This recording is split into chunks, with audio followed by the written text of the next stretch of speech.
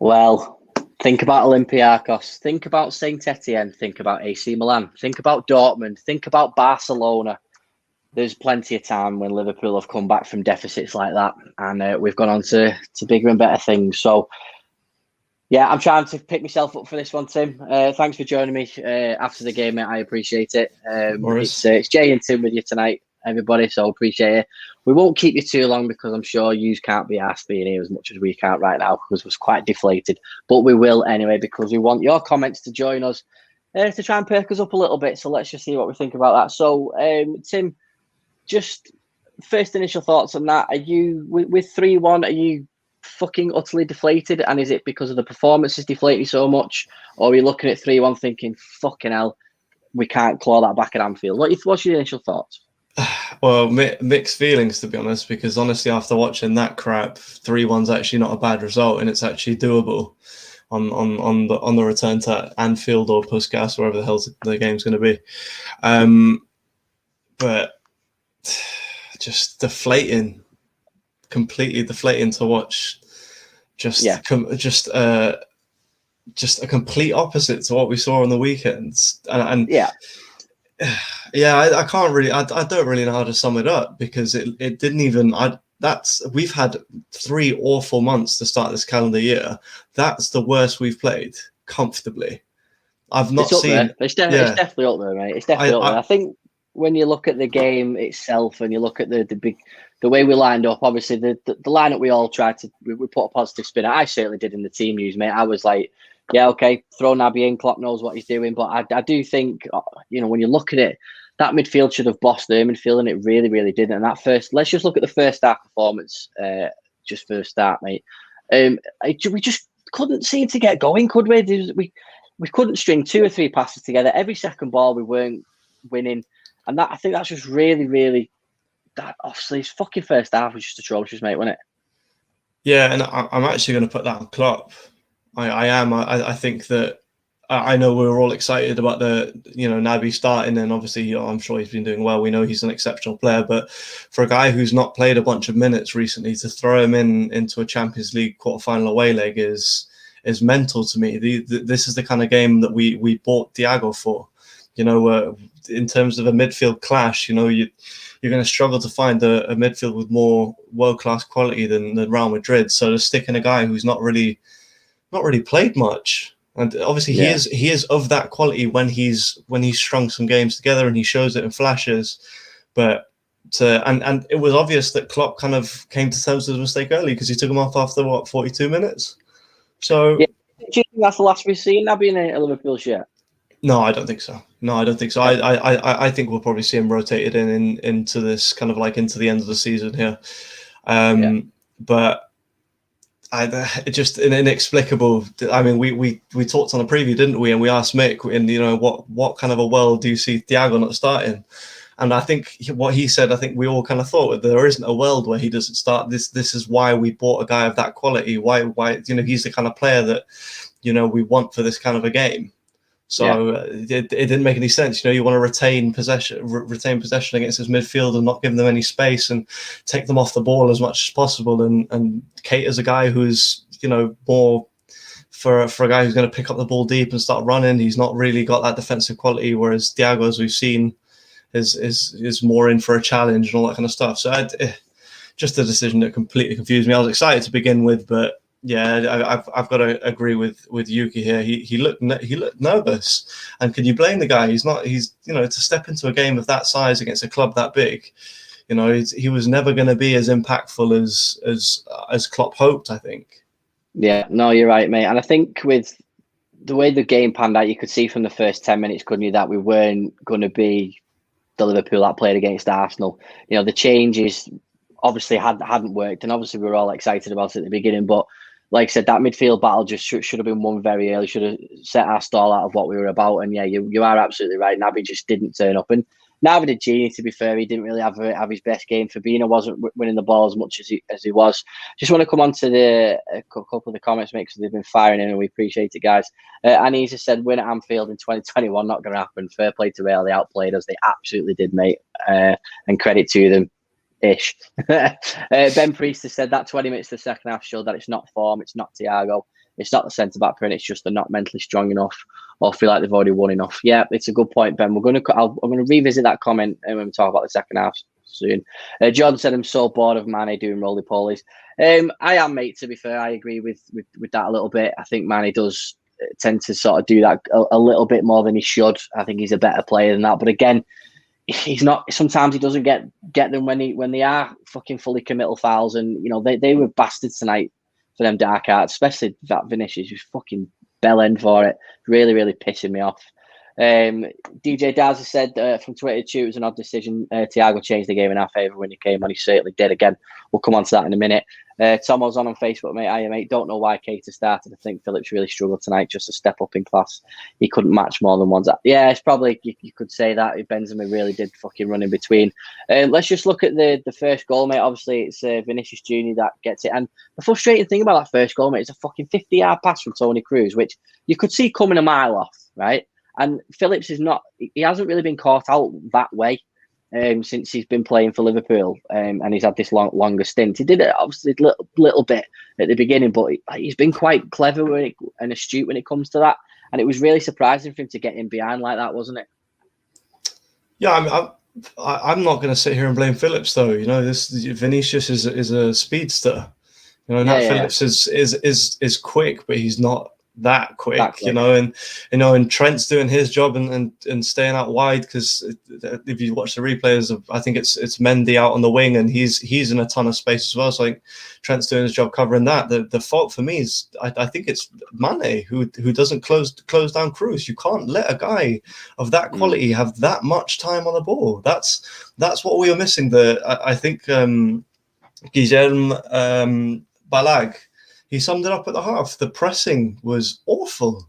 I've never seen us so lackluster in a press. The midfield and the front three look so devoid of energy the whole game. And for me, that's the first goal. You know, if Kroos is pressed and put under pressure, he plays it short. He doesn't have time to look up and wind up this 50-yard pass and put it on the money. But again, a guy of that quality, of Modric's quality, they're going to do that to you.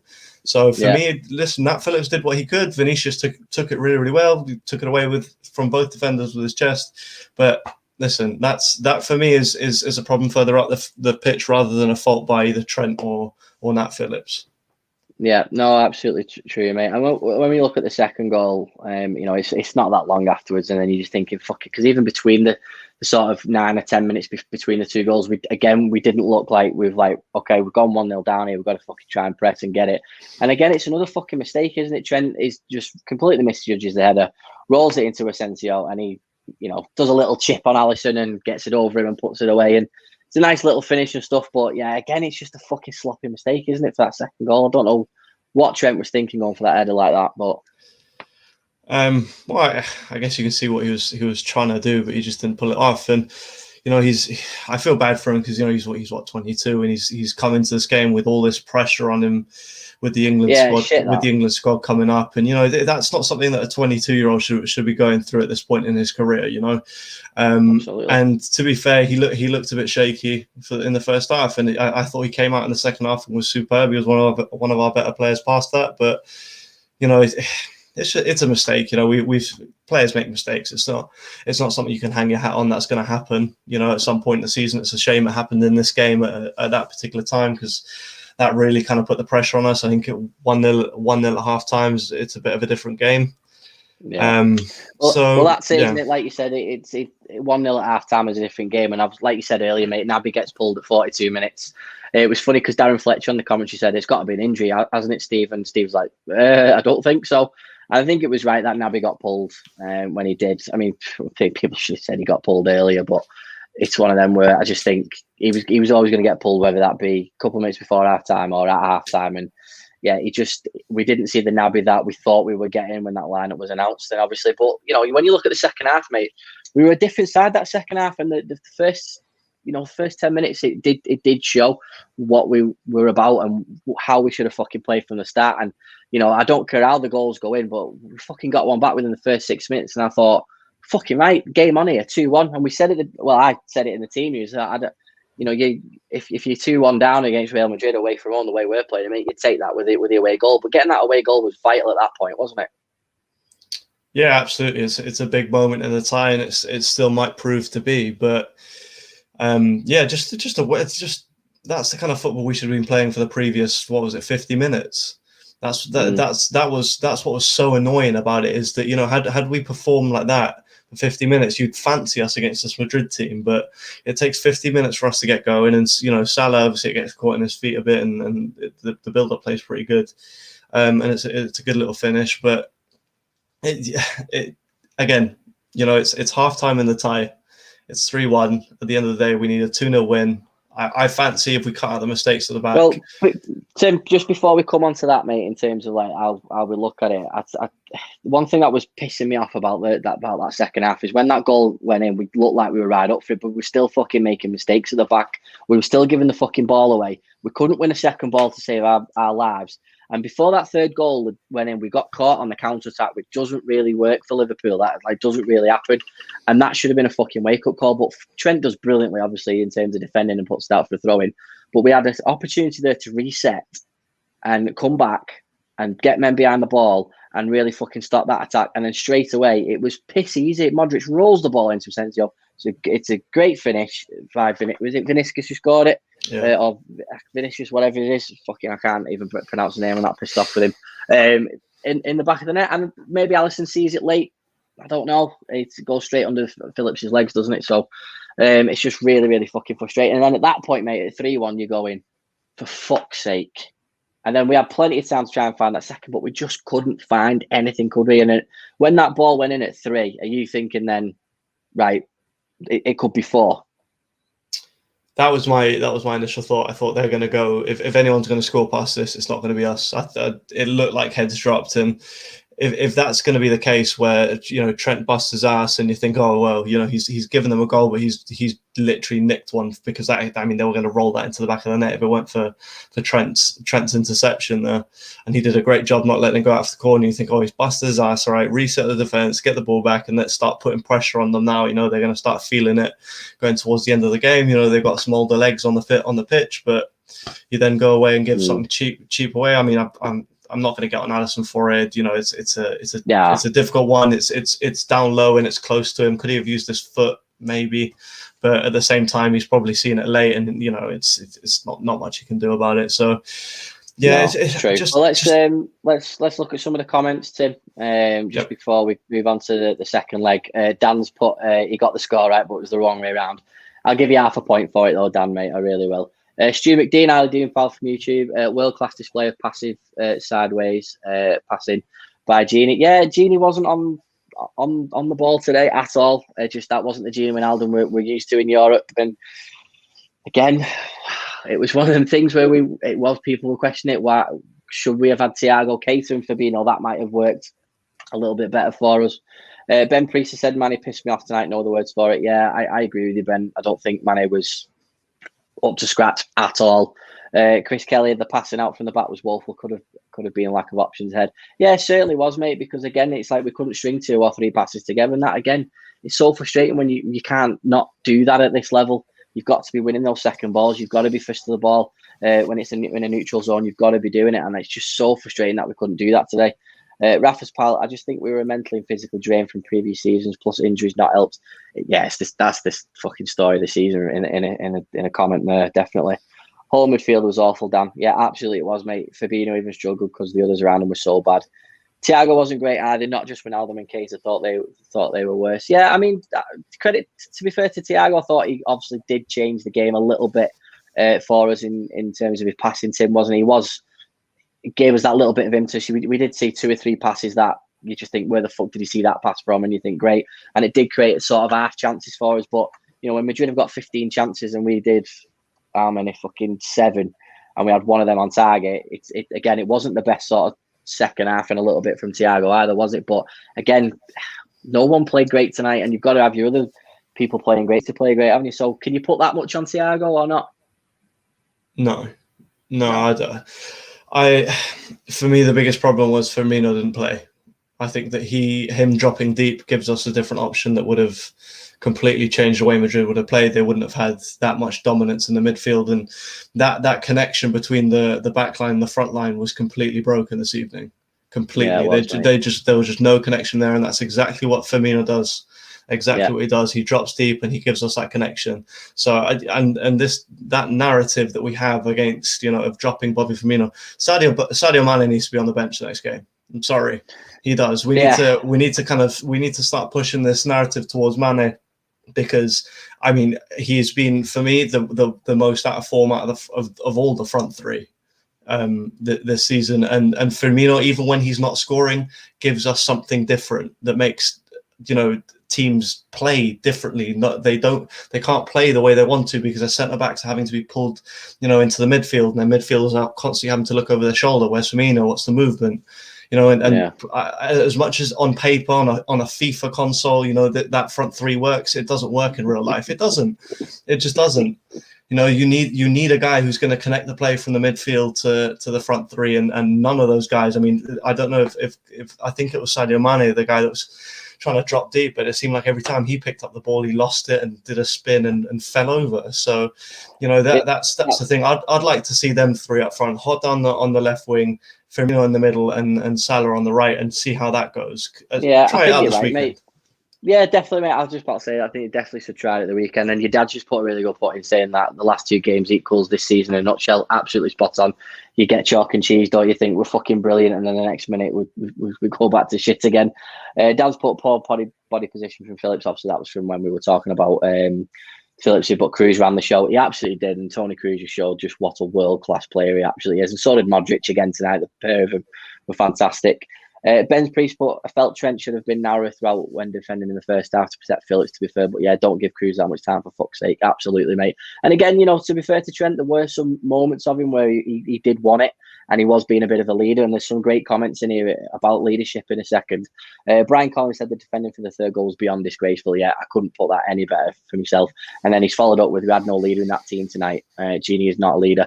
It's true, mate. He's not. He doesn't. He's not vocal on the pitch like James Milner is, or Jordan Henderson, or like Virgil van Dijk is. So it is, you do miss Henderson in these instances. It's absolutely spot on. Thomas put, by the way, how was it not a foul on Mane before the third goal? Wasn't even looking at the ball, and VI looked at it too. Yeah, again, Tom, I was screaming at the TV thinking that should have been a foul. I know you were as well, Tim, because if they were both looking at the ball and it was a clattering, fine, get away with it, that whatever. But he wasn't. He was fucking looking at Mane, and he knew exactly what he was doing. But Madrid are good at the dark arts. We've said this for years. We've always said it, but it doesn't take away from anything how shit we are. Dan's put, I feel really bad for Trent. I think he was one of the better players they have. I agree with you there, mate. But clearly makes a mistake for the second goal, and Cruz again, ball over the top for that goal. Yeah, mate, spot on there. Ben Priest again, great point. Brian, our captain, is someone that realistically doesn't even want to be at the club too. Yeah, it's interesting that he gets the captaincy because of it. I mean, a lot of players, they get captaincies for being longest servants at the club. And then this is the whole thing with Gini. He has been a loyal servant to Klopp since day one, and Klopp's loved him since day one. So that's probably the reason why. But again, we've got Trent there, who's born and bred at this club, and he would die for the captaincy. And we've got Robbo, who's a Scotland captain. You know what I mean? You got to have a look, but you don't know what goes on behind the scenes. We know from that Liverpool documentary that they picked 4 captains at the beginning of the last, I think it was the 18-19 season. It was Hendo, Millie, Virgin, Gini. So do you change it because of that? I don't know. Maybe there's things that we miss. But Chris Kelly's put in, these are the days that we really miss Henderson. Absolutely fucking spot on, we do. And Stu McDean again said the same thing. Couldn't see a leader on the pitch. And again, when people question Hendo, isn't it, Tim? These are the games where you need the game to be by the scruff of the neck. And Henderson is one of those players that does that, isn't he? Well, yeah, you just needed everyone in the midfield looked a little out of place and looked a bit stretched. And I mean, I've never seen a Klopp midfield look so static before. Normally, they're all over the place and busting their asses to close people down and all that kind of stuff. And it just seemed that like there was a lack of that. And Henderson being out there is huge because he's normally barking orders and doing so much work himself. So yeah, of course. And I mean, the win percentage, the drop off when Henderson isn't in the side shows exactly what he means to this club, and exactly why he will always be the first guy on the team sheet, and exactly why he's the captain. And yeah. I mean, we can get on Gini all we want. Listen, whether he wants to be at the club here or not, that the captaincy's obviously previously decided. And listen, he's still a world-class player. He's still brilliant. And let's not lie to ourselves. If he decides to stay, we're going to welcome him with open arms. He's a club legend. Let's not beat him up for one bad performance. It's not. I look at Klopp and ask him why he made such a bad decision in the midfield, and he obviously was very, very plain to admit it with the way he subbed off Keita very, very quickly. So, let's not focus on one player or another. It was a crap performance through and through. All round. We can't get on him just because he's the captain and someone else should be. True. Well, you said it earlier, mate, about game management, didn't you? And Colin Banks said the exact same thing. He said it did need some game management. Scored and went gun-co, too open, should have slowed it and then gone for them late. They were knackered in the last 10. They absolutely were. We had the better of the game the last 10 minutes then, Colin. You're absolutely spot on, mate. Dan's point, it's frustrating to think we played better in the final in 2018 against the better Madrid team. Obviously a bit stronger than when we are right now. Yeah, again, it's 6-1.5 dozen the other, that one, mate, isn't it, to be fair? But Ben's again said the same thing. Making changes 82nd minute. Again, I agree with that. We should have made changes a lot earlier. But Cole, Mr. Positive as ever, mate. Not a disaster. The away goal is crucial. It is Madrid, fellas. Only 3 points off top of the Liga, which obviously proves that they're going to be looking at other stuff. They've got El Clasico this weekend as well, haven't they? So Jake's put, just not good enough. End of story. And that's fucking spot on, mate. It isn't fucking good enough. And he said that the belief isn't there anymore. Part of that I agree with, mate. The fact that they're just absolutely fucking knackered over the last couple of years, but. At the end of the day, this is what those boys do for a living. So if they can't get up for a Champions League game against Real Madrid and they don't believe that they can beat them, then I don't know. But Bobby is the guy. Apparently, Owen Hargreaves has said that as well. And you've said the exact same thing, Tim, haven't you? And Chris agrees with you. He said it would be very clever if we could have Bobby and Jota playing and do like a little clever give and go. I think that's right, mate. I think it is time that we do see that. Mick Moran, I don't think he's ever been on the show before. I don't know who that is. Mitch Moran. Mitch Moran. Yeah, Mitch Moran. Outfought once again, which has happened a lot this season, but not as much recently. Reverted to that again tonight on this type of stage isn't acceptable. Yeah, it's true. It's true. And Jake has said the exact same thing. I think we underestimated them. I think we all did from a fan base thing. We got really giddy over the weekend, didn't we? And he's just said that this isn't the best Real Madrid team that there's been in recent times, but you still have to be one of the best to play for Real Madrid. And that's a really, really good point. That it really is, because as much as I fucking can't stand some of their players, they are very, very good. And again, Ben said it as well. Something mentally has gone on. They still can't run when they want. They showed second half. So, Tim, let's try and finish this on a positive in terms of the second half. Cole said it before. 3-1 is not the worst result in the world because we've got that crucial away goal. If there was allowed 54,000 fans at Anfield, I would probably say this is in the bag because I just know what we're capable of at Anfield with a crowd there. But that's not going to happen. It's going to be empty. It's 2-0. Can we sort of claw this back next week at Anfield 2-0, and will this sting that much for the players to go, do you know what, we can fucking do this, but we've got a big game against Villa in between?